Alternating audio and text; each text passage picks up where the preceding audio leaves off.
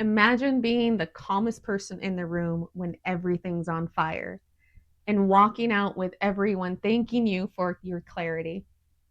That's what mastering conflicts and negotiations in an organization can do for you. This video shows you how to lead during these tense moments, even if you don't have a leadership title yet.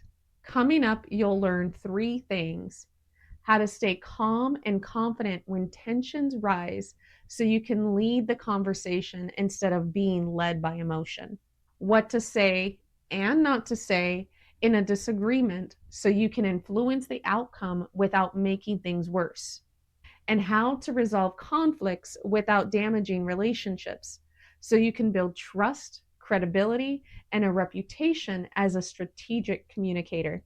You know how spilling a little coffee on your desk doesn't seem like a big deal until it hits your papers, your keyboard, maybe even the edge of your shirt? Then it's a whole situation, right? That's exactly what happens when we avoid conflict at work. One offhand comment, one missed boundary, one vague expectation, and instead of wiping it up early, we pretend we didn't notice. But left alone, even a small amount of tension spreads, and it can spread pretty quickly. The problem is that no one teaches us how to deal with this, and especially if you're not the boss.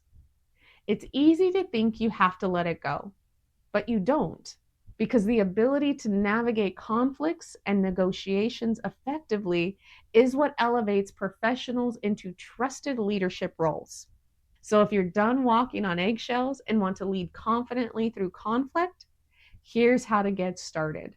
Conflict and negotiation aren't just soft skills, they're your career skills.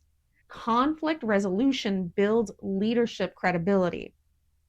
What truly stands out is not the best idea, but the person who stays grounded when things get tough. And these days, emotional intelligence is one of the top predictors of trust and promotions. Now, let's look at the 5 conflict styles and how to use them wisely. Think of your conflict skills like a toolbox. Every style has a tool. Collaboration is your power drill, great for big, high stakes issues that need everyone on board. Compromise is your wrench. It's quick, effective, and helps when time is tight. Accommodation is like duct tape. It keeps the peace, but it can cause long term damage if overused. Avoidance is your broom, sweeping things aside only when they're truly minor or need space. Competition is your hammer. Sometimes you need to pound the table and advocate hard, but overdo it and things break. Mistake to avoid: using the wrong tool for the job, or worse, using just one for everything. That's how professionals end up being labeled as micromanaging or too passive. Here's a shift in perspective that leads to better outcomes. Focus on interests, not positions. A position is a demand. An interest is a reason behind it. So if someone says, I want Fridays off, that's their position. But maybe their interest is, I need flexibility to care for my dad. When you understand the why, you can create options that work better for you and your team. Here's a simple way to visualize it. The position is your current location on the map, and the reason is your destination. The path between them is where the solution lies. Let's shift to communication styles, the stuff that actually helps or hurts you in the moment. First, you're going to need to drop the need to defend and stay curious. Truly staying curious. The more you listen and understand, the faster you can reach a resolution, and a resolution that actually sticks. The more you assume what the issue is or don't allow space for understanding, such as interrupting, not asking questions, rushing to solution, or assuming the person's why, the longer resolution will be reached. So slow down and listen.